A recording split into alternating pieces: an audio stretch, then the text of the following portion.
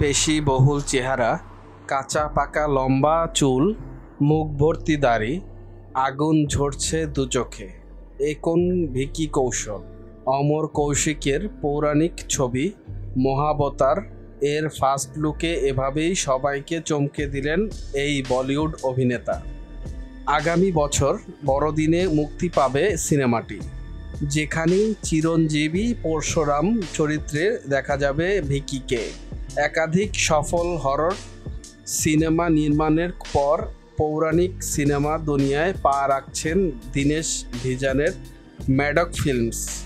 ভারতীয় সংবাদ মাধ্যম হিন্দুস্তান টাইমস জানিয়েছেন, চলতি মাসেই শুরু হচ্ছে শুটিং।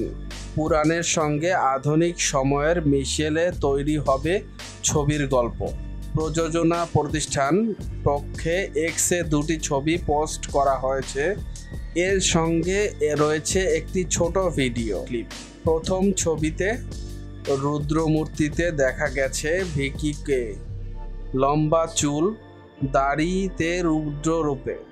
দ্বিতীয় ছবিতে পেছনে থেকে দেখা গেছে অভিনেতাকে পরনে ধুতি, মাথায় তার জটা, বাহুতে মাথায় হাতের রুদ্রাক্ষের মালা। এক ঝলক দেখলে মনে হবে শিবের রুদ্ররূপ। যদিও চরিত্রটি চিরঞ্জীবী পরশুরামের বলেই জানিয়েছেন প্রযোজনা প্রতিষ্ঠান। ছাবার পর প্রযোজনা প্রতিষ্ঠান ম্যাডক ফিল্মস এর সঙ্গে এটি হতে যাচ্ছে ভিকির দ্বিতীয় ছবি। পিরিয়ড ফিল্ম ছাবা মুক্তি পাবে আগামী 6 ডিসেম্বর।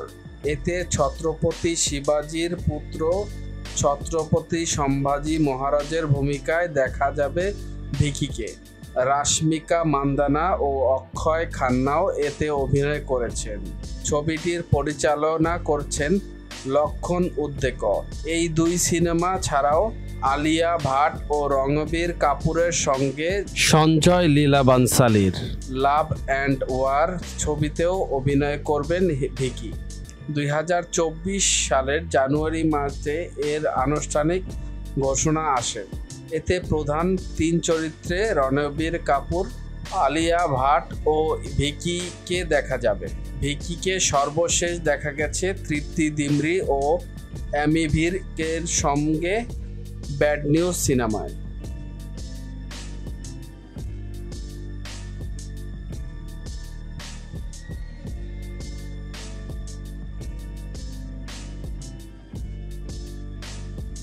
মিডিয়া জগতের এমন ইন্টারেস্টিং বিষয় জানার জন্য আমাদের এন্টারটেনমেন্ট আপডেটকে সাবস্ক্রাইব করুন এবং ভিডিওটি ভালো লাগলে শেয়ার করুন আপনার ফ্রেন্ডসের কাছে।